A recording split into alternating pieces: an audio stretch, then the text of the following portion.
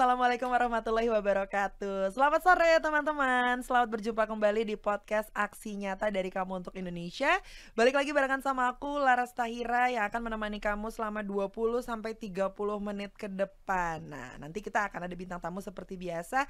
Jadi kamu duduk manis aja sambil nyemilin cemilannya kamu. Nah, kita juga tayang di beberapa platform nih ya. Jangan sampai lupa, boleh di-share juga sama teman-teman kamu kalau kita tayang di Instagram, Facebook, Twitter, dan juga YouTube Partai Perindo di @partaiPerindo.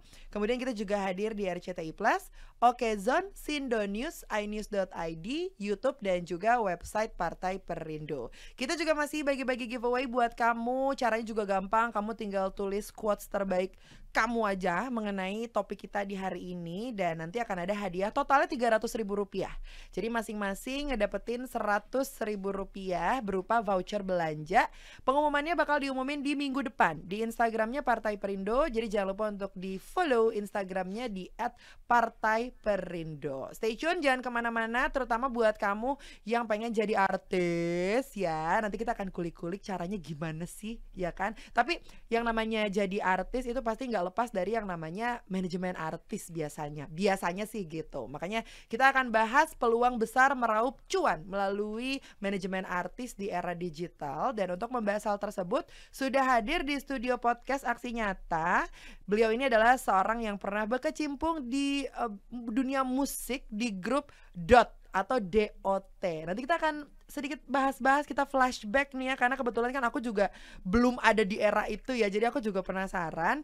Dan beliau juga menjadi music producer dan sekarang sebagai IO dan juga manajemen artis. Sudah ada Mas Adam Dot di sini. Selamat sore Mas Adam. Halo, selamat sore. Apa kabarnya nih? Alhamdulillah sehat. Ini sebelumnya boleh agak deketan lo sama mikrofon biar semakin jelas suaranya. Ini tadi pas aku dikasih tahu sama tim nanti interview Dot ya, terus aku langsung bengong. Dot siapa nih gitu. Karena belum ada di eranya, tapi mungkin papa mamaku ngefans lah sama Dot pada zamannya gitu ya. Nah, biar kenal nih generasi milenial dan juga Gen Z, mungkin Mas Adam boleh cerita Dot ini tuh band di tahun berapa, terus dulu tuh suka bawain lagu apa gitu. Wah, ini seru nih. Ya, jadi saya sapa dulu ya teman-teman podcast Aksi Nyata. Saya Adam dulu. Jadi dulu tahun 97 itu kita mengeluarkan album pertama DOT. Oh, 97. Tahun 97, ya. Oke, aku sekolah juga belum. Gitu. Belum. Oke, itu udah album tuh, udah rilis album tuh. Sudah album. Oke. Tahun 97 itu album. Kita album pertama keluar tahun 97 dan alhamdulillah tanggapan masyarakat Indonesia pada saat waktu itu bagus ya untuk DOT gitu. Artinya cukup dikenal pada masanya gitu ya. Iya. Kalau sekarang udah banyak yang nggak tahu karena udah beda generasi ya. Kan. DOT itu apa, singkatan kah? Dan tadi kalau nggak salah ini grup band keluarga ya? Ya. Jadi ada saya, ada Eza Yayang, ada juga sepupu saya si Arul. Jadi kita band keluarga sebenarnya sih. Ini yang suka nonton sinetron, terutama di RCTI pasti tahu banget sosok Eza Yayang ya, yang ternyata adiknya Mas Adam yang paling bontot gitu kan ya. Tapi sekarang Mas Eza Yayangnya masih aktif di dunia musik juga? Enggak, dia lebih kepada sekarang jadi aktor, jadi tukang ojek deh sekarang. Jadi tukang ojek tapi gajinya udah kayak owner ojek ya, gitu kalau di sinetron gitu. Iya. Terus dulu genrenya apa, pop? Pop, kita lebih ke pop. Dulu era-eranya dulu tuh ada grup band namanya Hanson tuh. Jadi produser kita pengen, dong lo bikin kayak dia nih gitu kan. Band keluarga, konsepnya 3 gitu. Oh lucu juga sih. Ya udah akhirnya kita bikin. Ya alhamdulillah pihak produser suka, akhirnya ya udah kita berjalan. Oh, jadi terinspirasi dari itu awalnya. Dari grup band Hanson itu. Terus ya udah ngobrol-ngobrol santai keluarga, akhirnya jadilah si Dot ini. Ada berapa album Mas totalnya semuanya? Total kita 4 album. 4 album ya. Abis itu sibuk sendiri-sendiri. Masing-masing dah. Masing-masing udah satu-satu udah ke jalurnya masing-masing gitu ya. Iya. Saya lebih ke belakang layar, saya produce yang baru-baru. Kayak kemarin ada Keong produser musik ya, Keong Racun, ada Ayu Ting Ting juga, terus Ruben Onsu featuring PMR, banyak artis-artis dari daerah yang saya PMR. ya Tahu aku ya, nonton kalau ya, PMR. Terus saya juga sempat produser musik di, kalau kita beli ayam di perusahaan ada itu, iya. itu Ada CD-CD-nya tuh. nah CD-CD itu tuh saya yang produce untuk band-bandnya sebagian. Itu keren loh, itu udah lama banget tapi sampai sekarang kita masih suka ditawarin loh CD-CD-nya. Iya keren banget, itu bertahan dari aku SD kayaknya ya. Tapi sekarang akhirnya Mas Adam ini berfokus di belakang layar. Terus salah satunya adalah menjadi manajemen artis gitu. Ini manajemen artisnya tuh such as kayak ngumpulin artis-artis terus disalurkan ke PH-PH atau seperti apa sih, melakukan casting sendiri atau kayak apa? Ya, kebenaran saya ini manajer yang saya pegang tuh pertama si Eja ya, yang sebagai artis tuh saya kembangin untuk membuka untuk yang lain. Nah, sejauh ini ada beberapa memang talent-talent yang di bawah naungan saya gitu.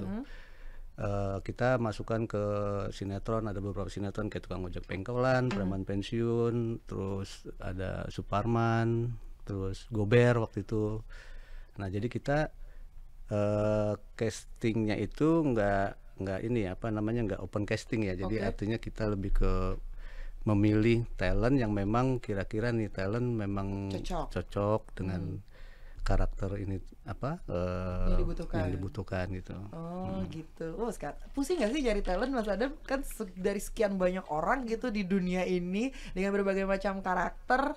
Berarti kan dibutuhkan sosialisasi yang tinggi nih. Apakah Mas Adam nih hobi nongkrong sampai tiba-tiba, kalau zaman dulu kan suka ngedenger cerita artis-artis ya, kayak lagi jalan-jalan di mall, tiba-tiba ditarik produser terus main sinetron. Itu yang kayak gitu-gitu masih ada nggak sih di zaman sekarang? Masih kayaknya sih, masih. Termasuk saya juga suka seperti itu. Kemarin waktu di musik juga saya kan INR dulu, artist and repertoire. Artinya saya mencari talent-talent baru yang memang kita punya intuisi, punya penglihatan atau apa ya, ini bisa nih jadi artis nih gitu. Itu proses pengalaman panjang ya. Jadi ya udah, kebenaran saya samperin dia, saya tawarkan, terus ya saya ajarin, saya didik gitu. Yang tadinya dia ada bakat tersembunyi di dia yang dia sendiri masih belum ini, tapi bagian saya tuh yang memoles. Ya karena Mas Adam juga pengalamannya udah lumayan panjang banget ya, jadi intuisi tuh main banget di situ ya. Sangat penting itu intuisi dalam hal. Meskipun talentnya introvert gitu tuh masih bisa diolah ya. Masih bisa, sangat bisa. Yang pendiam di sini berarti jangan khawatir. Dia tuh pendiam banget nih, salah satu kru kita nih. Tapi kan gak ada yang tahu kalau lu bisa menjadi tokoh utama superhero. Iya dong, gak ada yang tahu ya kan. Ini ketawanya kenceng banget satu. Oke, tapi kita ngomongin ini ya, job desk mungkin ya. Tapi dari awalnya kita tarik dulu, tujuan dari manajemen artis itu sendiri apa sih? Tapi bisa secara indie nggak sih kalau artis tuh, kalau di dunia sinetron atau film, Mas Adam? Bisa aja, cuman misalkan gini, dia sendiri ya, independen ya. Secara dia sering diundang atau ada job itu, mau nggak mau nanti popularitas dia naik dengan sendirinya. Dengan sendirinya. Dan nanti dia akan kewalahan mengatur. Kalau dia sendiri, nah dia sangat butuh seorang asisten yang mengatur ini. Jadwal. Semuanya, mulai dari jadwal, kontrak, semuanya dia ngatur tuh si manajemen ini. Jadi kalau menurut saya bisa, tapi nanti akan tak tertata, nggak tertata rapi. Jadi, nah fungsinya kita di sini adalah sebagai lebih ke mengatur. Manajemen artis tuh poinnya sebenarnya simpel, mengatur aja. Mengatur si artis ini, baik dari segi schedule dia, misalkan contoh, misalkan dia itu dapat job dari sini, terus dari mana tuh kita yang ngatur biar nggak bentrok. Karena sering terjadi berbenturan job ini nih. Nah, timingnya. Nah, tugas kita yang mengatur, menego dengan pihak yang ketiga. Ya, itu baik dari nego tanggal maupun nego harga. Kita yang mengatur semua tuh. Karena misalkan untuk ada talent yang sekolah tuh atau kuliah, itu bisa beradu dengan ujian atau apa Iya. itu. Nah itu kita yang ngatur tuh, kita koordinasi dengan pihak sekolah atau pihak produksi bagaimana caranya. Pokoknya si artis mah tahu rapi aja nih, Oh gitu. yang Ya, ngatur. iya, karena kan artis juga memang butuh konsentrasi juga ya, dia Ya. harus ada mood juga kalau dia udah Nah kewalahan itu yang kita sendiri. jaga. Kita menjaga si aset ini. Mm-mm. Kita sangat memberikan apa ya? Mungkin bisa dibilang memanjakan kali ya. Akomodasi semuanya. Pokoknya asal attitude dia di pekerjaan itu Oh dijaga. iya, betul. Kan nomor satu sih attitude ya. Ya, saya sama semua talent saya pesan, saya nggak banyak yang tipikal manajer yang nggak bawel, karena nggak suka bawel gitu kan.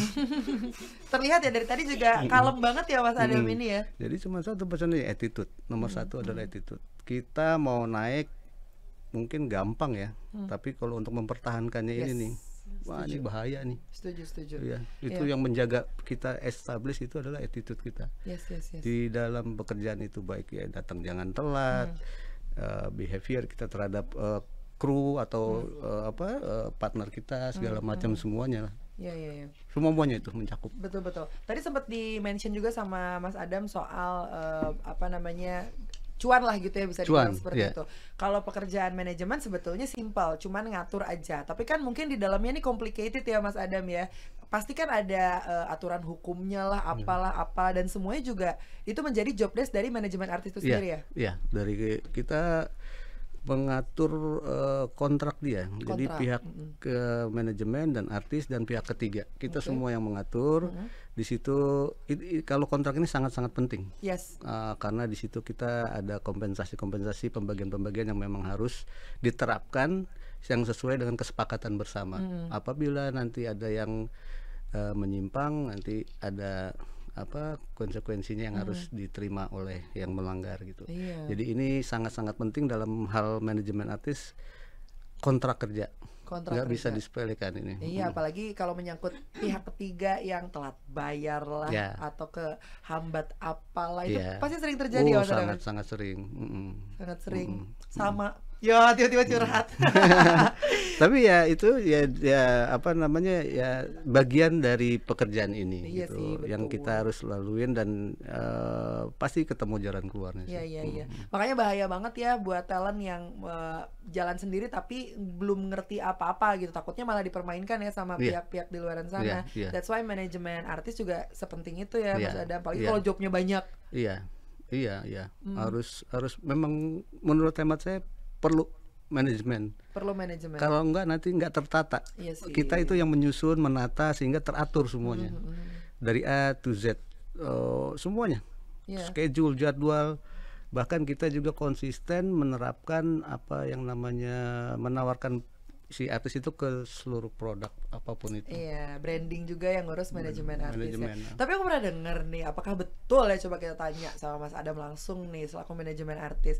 Katanya untuk talentnya sendiri, untuk brandingan dia di sosial media, kehidupan dia segala macam yang ditampilkan kepada publik itu diatur juga sama pihak dari manajemennya. Ya, baik dari itu kan untuk building image-nya si talent ya, sesuai dengan apa yang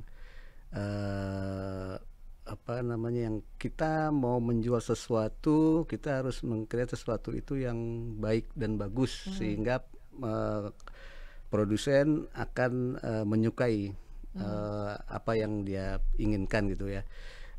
Itu susunan misalkan reelsnya, fitnya kita semua kita terapkan Semuanya biar good looking or kita sedang berdagang nih, sedang berjualan Iya, produk. betul. Artinya Anggaplah, menarik, harus sesuatu yang menarik dan bisa apa namanya bisa dijual, sehingga yang membeli, yang orang ini akan sangat-sangat tertarik. Tapi kalau ngomongin Nggak asal-asalan. kalau ngomongin soal image zaman sekarang kayaknya nggak cuma image baik aja yang ditampilkan ya. Kayak contoh kan aku nih kelihatannya tuh jahat gitu ya, tapi kan aslinya tuh aku baik banget gitu, kayak suci apa segala macam sih dilihatinnya aku kayak gini-gini sih. Tapi harus ngeliatin kalau aku tuh galak dan jahat gitu. Padahal aku baiknya aslinya baik ya. Baik banget. Iya. Cuman emang brandingannya aja kayak Brandingan, gitu. iya. Jadi bisa segala macam karakter ya kalau di. Dan itu sah saja, itu gimmick bagian Iya dari kan, gimmick penting ya, berarti harus ada ya. Ada baiknya ada tidaknya juga dampaknya, itu plus minus itu. Yang pasti untuk mengangkat sesuatu memang agar lebih cepat, lebih dikenal orang ya mereka pakai strategi gimmick. Sensasi. Boleh tuh. Ada Tapi nggak saya nggak menerapkan itu. Oh enggak, berarti nggak boleh. Nggak, dari DOT-nya sampai ke talent yang baru nggak. Iya sih. Tapi kalau ngelihat perjalanannya DOT tuh nggak pernah ada cerita-cerita aneh-aneh ya dari dulu ya, kayak slow orang-orangnya ya kan. Terus sampai berkarir akhirnya jadi pemain sinetron yang akhirnya stripping sinetron sampai 7 tahun. 7 tahun. 7 tahun luar biasa. TOP ini tukang ojek pengkolan RCTI ya kan. Itu karena nggak ada drama, nggak pernah kedengeran juga ada drama apa-apa di situ gitu loh. Kecuali drama di TOP-nya ya. Kalau itu beda lagi, skrip kalau itu. Kalau itu skrip, iya. Berarti udah berapa lama Mas Adam di manajemen artis ini?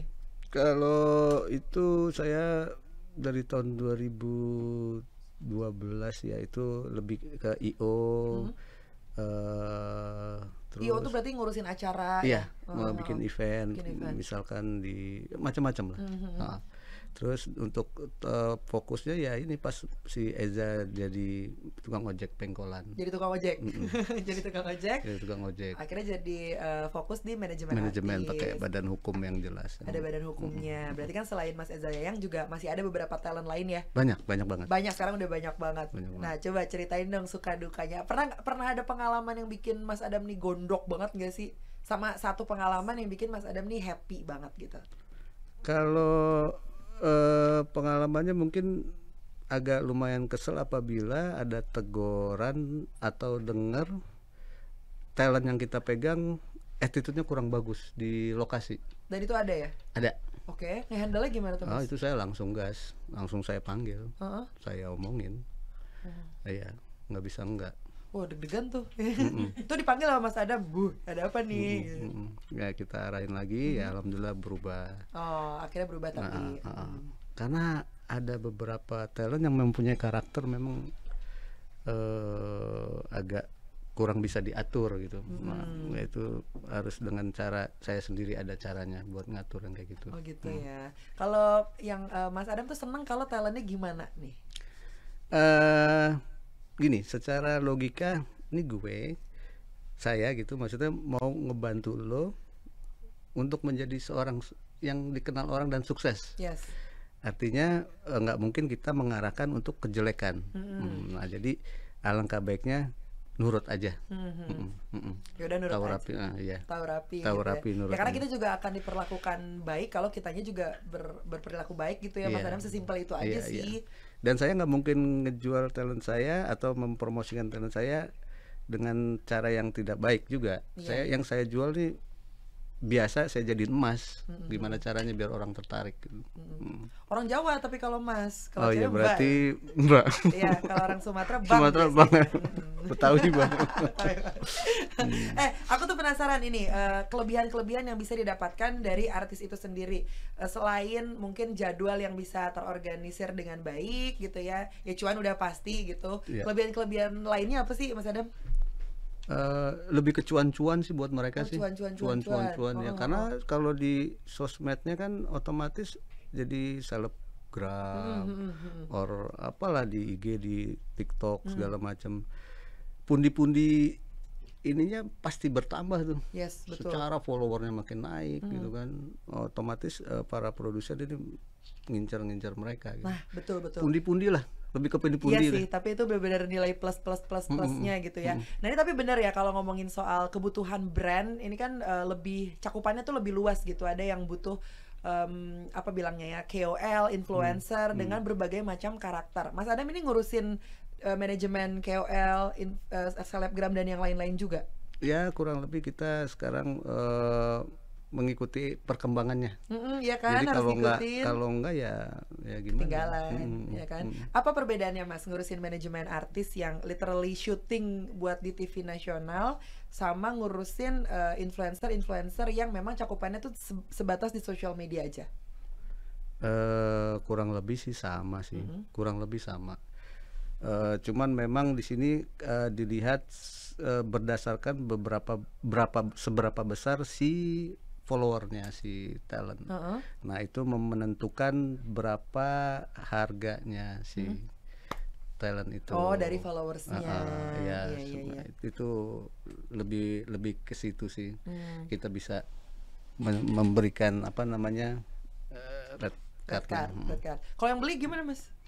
Maksudnya? Kalau yang beli followers gimana? Oh nggak tahu tuh. Oh gak tahu juga ya.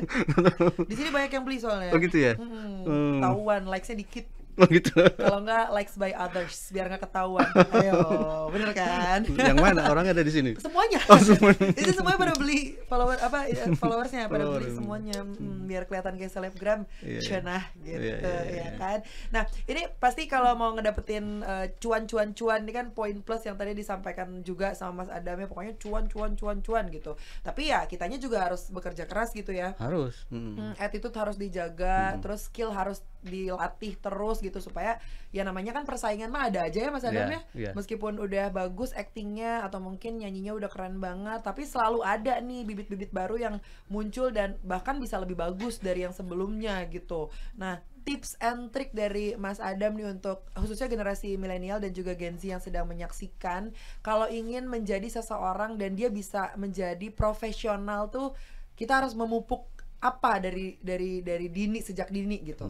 Pertama yang harus dilakukan, kenali dulu kelebihan atau talent apa yang ada di diri kita. Nah dari situ kita harus setelah tahu potensi yang ada di diri kita itu kita kembangin, kita latih. Terus harus ada keberanian untuk untuk melangkah lebih jauh lagi ya. Misalkan dalam hal ini ya dia kirim misalkan fotogrid atau dia suka sinetron nih, dia cari manajemen artis dia cari atau enggak PH dia bisa acting gitu kan, dicari. Tapi basically-nya dia harus ini dulu ya, punya potensi di bidang itu. Karena kalau itu tidak dia pahami potensi yang ada di diri dia, nanti percuma. Karena di bidang tersebut ada orang-orang yang bisa melihat itu orang berbakat atau tidak gitu. Betul. Satu itu. Kedua kita harus lebih banyak belajar lagi sebenarnya. Karena di sini pelajaran ini nggak akan pernah habis nih di dalam dunia musik, acting, apapun itu. Dia akan terus berkembang tuh, ketemu dengan karakter orang masing-masing. Dia harus banyak bertanya sebenarnya sama yang sudah berpengalaman gitu. Setuju. Tapi kan kayaknya nggak semua orang tuh punya kesempatan gitu ya, kesempatan untuk istilahnya ketemu sama orang-orang yang ada di dunia entertain lah gitu. Kan otomatis kita juga harus memperluas link kita ya, sosialisasinya juga harus ditambah dan segala macam. Tapi kan nggak sedikit orang-orang itu yang takut untuk ketemu sama orang baru gitu, untuk membuka link, untuk membuka pertemanan baru gitu. Caranya tuh seperti apa ya? Mungkin di sini ada teman-teman yang sedang menyaksikan generasi milenial dan juga Gen Z yang sebetulnya pengen sih jadi pemain sinetron atau syuting iklan dan segala macam, tapi tuh introvert banget gitu. Apa yang harus dilakukan? Ada syarat-syaratnya nggak sih untuk bisa akhirnya terjun ke manajemen artis? Ya harus keluar dari comfort zone yang pertama sih. Kita nggak bisa jangan ngeblok diri kita. Artinya kita harus be positif apapun itu. Mungkin dengan kita memang harus mengambil tindakan. Jadi harus ada take action, nggak bisa nggak. Ya itu tadi, jangan berkenalan dengan orang, mencari tahu ke komunitas apa nih. Misalkan di media sosial, di Facebook ada komunitas-komunitasnya kan, kita samperin. Kita berkenalan, itu penting, sosialisasi penting. Terus sama satu lagi di sini hal yang ini itu adalah rahasia ilahi. Ini sangat di luar ini ya. Kalau rahasia ilahi ini gimana ngomongnya ya? Dia hoki lah, kayak hoki. Keberuntungan. Misalkan kalau kita bicara musik, dia mempunyai materi musiknya biasa aja dari segi recording, mixing masteringnya biasa aja. Di satu sisi ada materinya bagus, kontennya bagus, itu segi produksinya sangat bagus, tapi yang bisa diterima oleh masyarakat tuh yang ini. Iya, faktor luck jadi ya. Itu rahasia ilahi itu. Faktor luck. Itu dia. Iya. Terus begitupun misalkan ada orang untuk segi casting iklan. Yang diundang saya minta tolong teman anterin. Dia yang dapat. Nah, Banyak ini, tuh cerita kayak gitu ini ya. di luar tapi ini ada, ini ada. Iya. Sering tuh ngedengar cerita-cerita artis di TV gitu. Iya. Dulu nemenin teman casting tapi malah gue yang diajakin katanya justru gitu. di casting kagak kepilih. Nah itu faktor luck. Tapi yang pasti yang usaha yang awal itu kita mengetahui potensi diri kita harus berusaha mencari tahu seperti apa, apalagi sekarang media banyak. Terus sering-seringlah kita berbuat kebaikan, jadi orang akan tahu gitu. Jadi nanti kebaikan itu akan kembali ke diri kita, dirinya sendiri gitu. Tanpa disadari ya. Tanpa disadari ya. Jadi mungkin faktor lucknya dari situ. Dia sering berbuat baik. Iya benar-benar. Akhirnya Tuhan punya cerita, ya udah, yang tadinya nggak mungkin ya jadi mungkin. Bahkan orang yang setuju. ngotot berusaha, mungkin dia punya kebiasaan buruk terhadap orang jadi di-cut. Iya. Who knows itu. Betul. Ya kayak tadi aku kan pengen kirim foto grid sama Mas Adam, tapi mungkin yang kepilih Ibu Lydia ya. Bisa salah satu jadi. Ini tim kita podcast Aksi Nyata kan gak ada yang tahu jalan hidup gitu kan ya. Tapi betul kan? Ini fansnya Bunda Korla. Jadi jadi siapa tahu kan nanti diajakin live bareng Bunda Korla viral deh.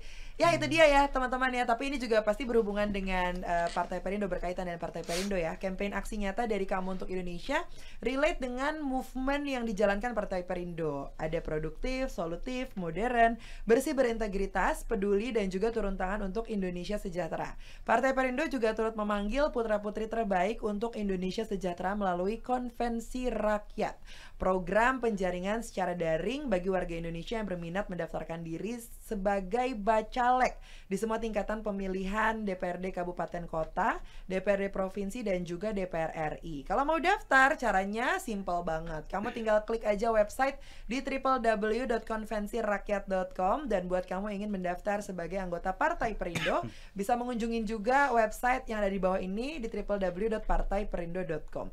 Jangan lupa untuk download aplikasi Partai Perindo juga di Play Store dan juga App Store. Atau biar gampang nih, kamu scan aja barcode yang ada di layar ini. Sudah? Oke? Oke. Kalau gitu untuk pengumuman giveaway-nya nanti bakal diumumkan di minggu depan ya. Tentunya di Instagramnya Partai Perindo @partaiperindo. Udah follow belum? Kalau belum, langsung follow sekarang juga supaya kamu bisa tahu kamu bakalan menang giveaway atau enggak ya. Ya sudah, kalau gitu saya ucapkan terima kasih sekali lagi untuk Mas Adam yang sudah hadir di podcast Aksi Nyata. Sama-sama. Terima kasih. Semoga apa yang kita obrolin sore hari ini bisa memberikan banyak insight untuk teman-teman yang menyaksikan, terutama mungkin buat kamu yang emang pengen banget kebelet banget jadi artis gitu ya. Amin ya kan. Terima kasih juga untuk Partai Perindo yang selalu bergerak dengan aksi nyata. Semoga Partai Perindo semakin sukses dan juga maju terus untuk Indonesia sejahtera. Salam aksi nyata dari Kamu untuk Indonesia. Saya Laras Tahira pamit undur diri dulu. Kita ketemu lagi di episode selanjutnya ya. Goodbye.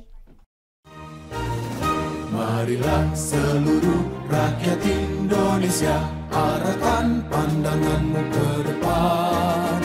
Raihlah mimpimu bagi nusa bangsa, satukan tekad untuk masa depan.